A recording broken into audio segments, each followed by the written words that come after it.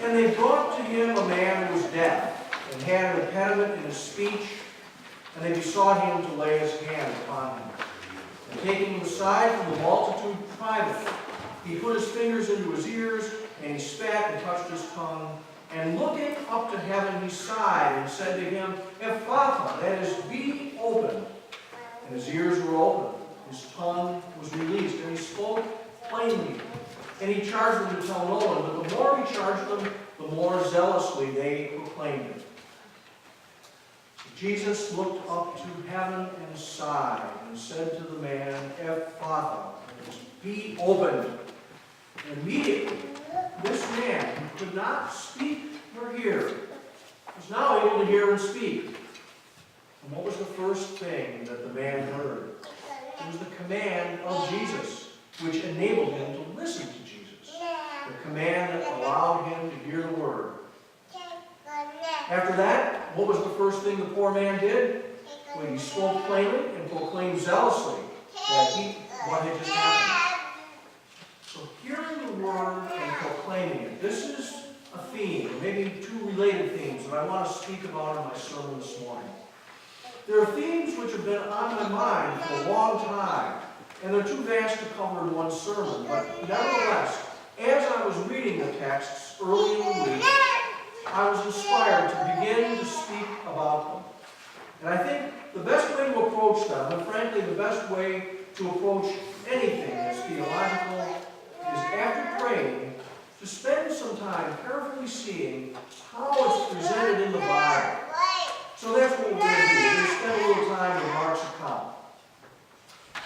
Before we get to Mark's account of today's reading, we want to talk about miracles. There are times in the various Gospels where we learn that Jesus performs a miracle in public. An example of this would be the feeding of the 5,000 with a few fishes and loaves. There are times when Jesus performs a miracle in public, but he wasn't even intending to perform that miracle, publicly or privately.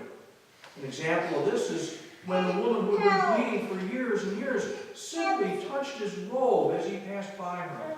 And her bleeding stopped because she had faith in him. The miracle was made known to the crowds after the fact, and Jesus didn't seem to actually even be involved in it. Remember, he questioned the disciples. He said, who touched me? He felt the power going from him, but he wasn't even aware of this direct action that had taken place. Well, in our gospel for today, the miracle was performed in private, and intentionally in private.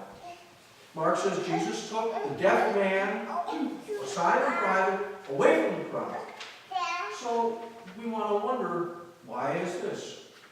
My guess is that Jesus was not seeking attention.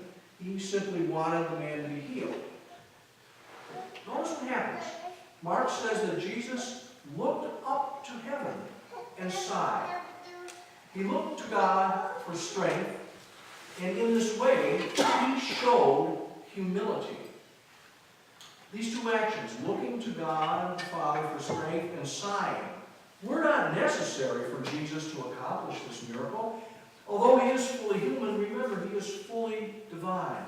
And so he's capable of doing anything that he chooses to do. So why did he choose to perform the miracle in this way? This was to be an example to his disciples of their need to always turn to God for strength, and having received it, to use it in a humble way.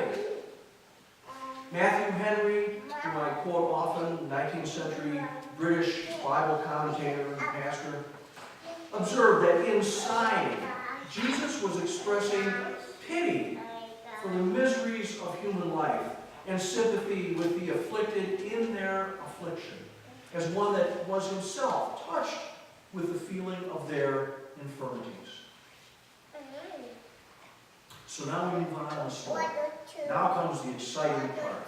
Jesus commands that the man's ears be opened. Ephphatha, be open. It's the same as God in Genesis. Let there be light, and there was light. So, Ephphatha, be open. Let your ears be open. Let your lips be open. And the man could now hear. The man could now speak. He now heard the voice of Jesus, and his life was completely changed, and he couldn't restrain himself from proclaiming it. So keeping this story, this vivid account of an amazing event in your minds, I want us to think now about what does this have to say to us in the 21st century. Time that is so far from the days when Jesus walked this earth, so different from those times, and yet maybe not so different at all. Now, Jesus traveled from town to town, teaching people in small groups, in synagogues, and in large gatherings, such as that time he preached to the crowds and then fed them. He certainly had followers. Many, many, many people heard his good news and believed it. However, there were many detractors also. There were many people who refused to hear his message of salvation, whose ears were closed and needed to be opened. And this is certainly true today. As hard as it is to imagine, in the period of maybe 50 or 60 years, we've gone from a nation which basically identified itself as a Christian nation to one in which we Christians are a minority. And there isn't one single reason for it. It's complex. The bottom line is that the ears of the majority of Americans are closed to the gospel, to the saving words of Jesus. Now, their ears are certainly open to the messages that they hear from the media, which promise happiness through the accumulation of material things. And their ears are certainly open to the messages they hear from the world of professional sports, which promises vicarious success to the fans who support their teams. For instance, if your team wins a game, or better than that, wins a championship, you, by extension, share in that victory. You share in the greatness of the star pitcher or quarterback. And that team that wins shares its victory with all the people in the city that they represent.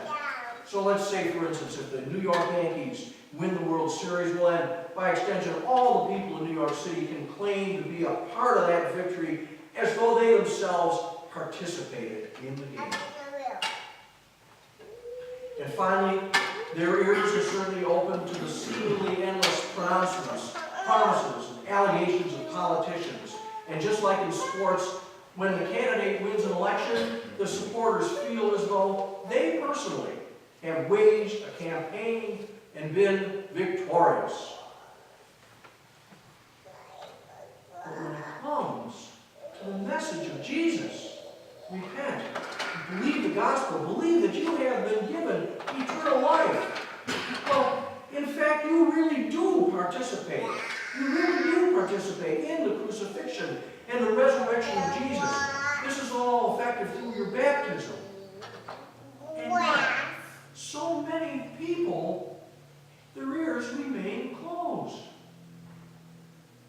It may be that they're afraid to hear his saving message. It may be that the noise from modern secular society is drowning out the message. Well, what are we to do? Or is there anything we can do?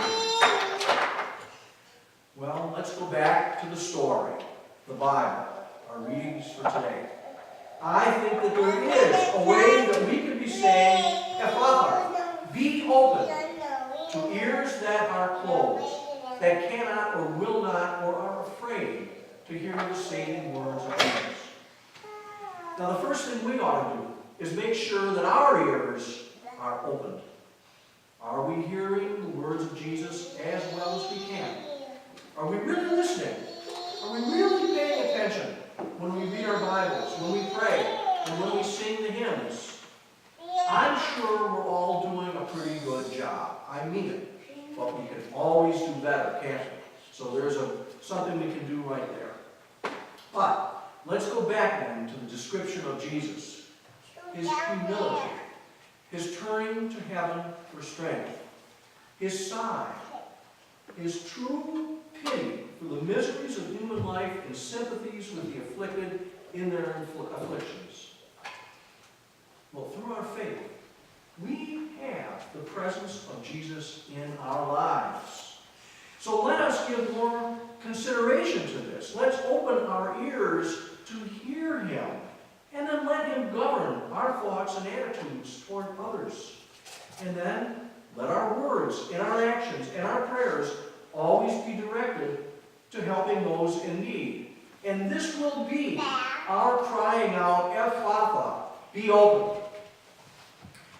This way our lives will be the embodiment of the words of Isaiah, saying to those who are of a fearful heart, be strong, fear not.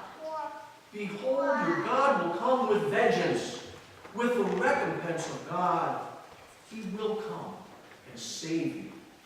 And this is all to the glory of God, Father, Son, and Holy Spirit. Amen.